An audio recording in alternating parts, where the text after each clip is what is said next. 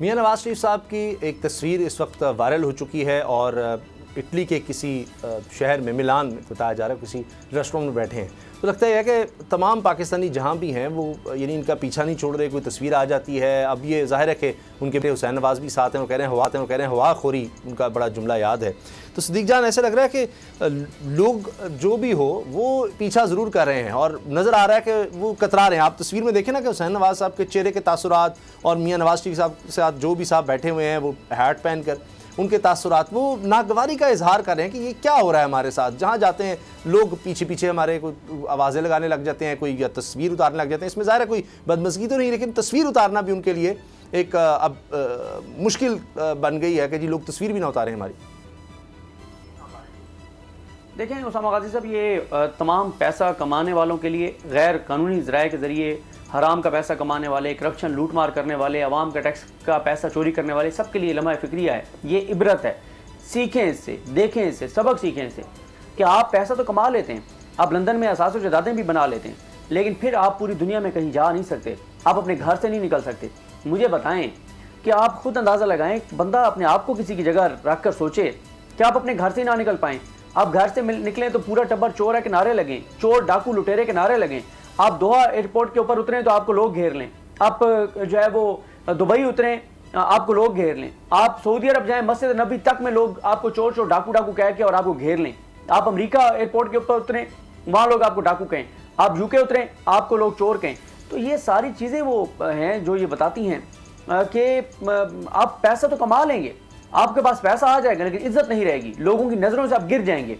आप पैसा बनाकर कुछ चीज़ों में ऊपर चले जाएंगे, लेकिन लोगों की नज़रों में उतनी शिद्दत के साथ आप नीचे आ जाएंगे। आप देखें, पहले तो ये लंदन से निकले, किसी को बताया नहीं है ताकि पता ना चल जाए, फिर भी कहीं ना कहीं तो ओवरसीज पाकिस्तानी होते हैं, वो ढूंढ लेते हैं, तस्वीरें बना लेते हैं और एक हर वक्त खौफ का शिकार। अब जब देखें कि आप बाहर जाकर बैठे खाना खा रहे हैं, आपके जहन में एक ही खौफ है कि अभी कोई खड़ा होकर डाकू कह देगा, अभी कोई चोर कह देगा, अभी कोई लुटेरा कह देगा। तो क्या ज़िंदगी है, क्या मतलब।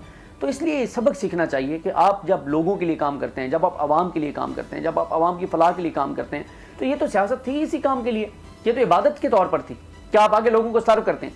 यहाँ पर आप क्या करें, आप जिस आवाम को आपने सर्व करना होता है, जिस आवाम के टैक्स का पैसा आपके पास होता है, आप उसी आवाम के टैक्स का पैसा लूटते हैं, लूट के आप अपने बच्चों को बाहर शिफ्ट कर देते हैं, बाहर आप कई मुल्कों में उनको बिजनेस शुरू कर देते हैं। कौम नीचे जा रही है। पिछले 30 वर्षों में देखें ना, जब से ये शरीफ खानदान और जरदारी खानदान बरसरे इक़्तिदार रहे हैं, इस दौरान मुशर्रफ साहब रहे हैं, इनका देख लें कि इनकी अपनी ज़ात कहाँ से कहाँ गई, ये इनके अपने लोगों के एहसास और जदादी कितने बड़े, और लोगों के साथ क्या हुआ, अवाम के साथ क्या हुआ, क्या लोगों का रहन सहन या लोगों का जो ज़िंदगी है उसको आसानियाँ आई हैं, बेहतरी आई हैं। पिछले 8 माह को देख लें, पिछले 8 माह में मियाँ साहब देखें उनके ख़ानदान को क्या क्या मिला है, बहुत कुछ मिला है।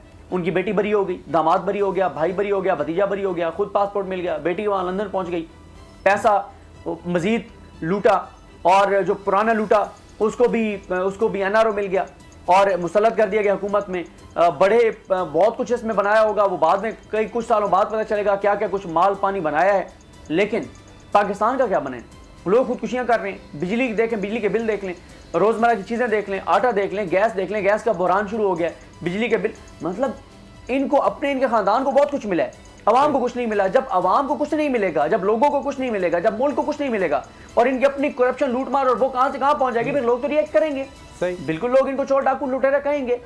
तो अच्छा, ये बड़ा एक लम्हा फिक्र है। दूसरी बात ये कि तस्नीम हैदर, उसके बयानात, इंकशाफात, वो भी इनका पीछा कर रहे हैं, कोई वाज़ेह जवाब नहीं आया। जिस तरह डिनाई किया गया कि जी तुम्हारा मेंबर ही नहीं है या बस ये ईद मिलने आया था, उसके बाद तो इसकी वीडियोज़ का, तस्वीर का नासिर भट्ट के साथ एक तवील सिलसिला, एक बेतकल्लुफ़ी बड़ी पुरानी वो सब नज़र आ रही हैं। उसका कोई जवाब नहीं मिल रहा कि फिर ये आप क्यों झूठ पर झूठ बोलते रहे।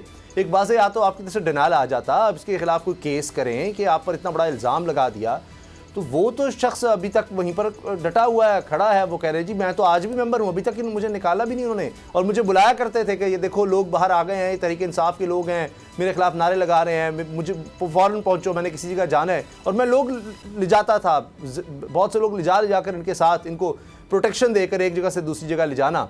तो वही लोग आज इनके खिलाफ बातें करें।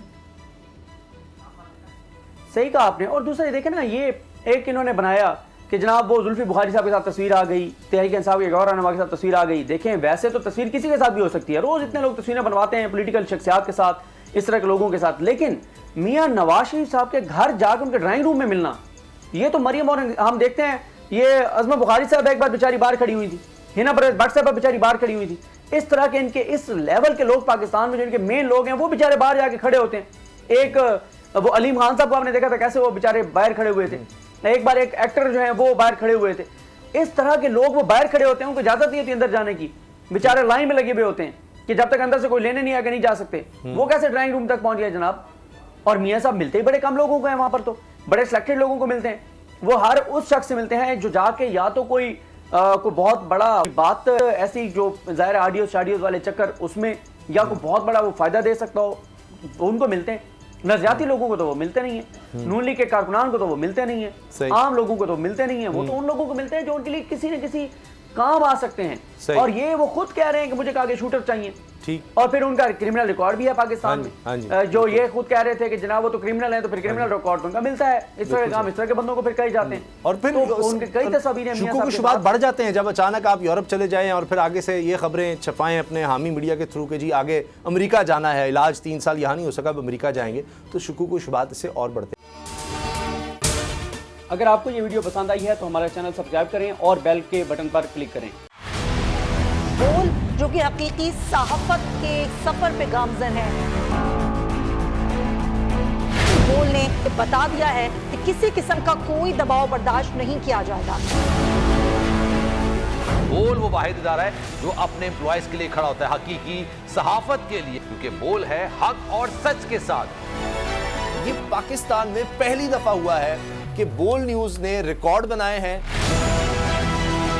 आज के दौर में, डिजिटल मीडिया के दौर में, आप किसके साइट को ब्लॉक करेंगे? इनका बस नहीं चल रहा कि हर उस आवाज को बंद कर दें जो सोच थोड़ी सी भी इख्तलाफ की गुंजाइश पैदा करने की कोशिश करे।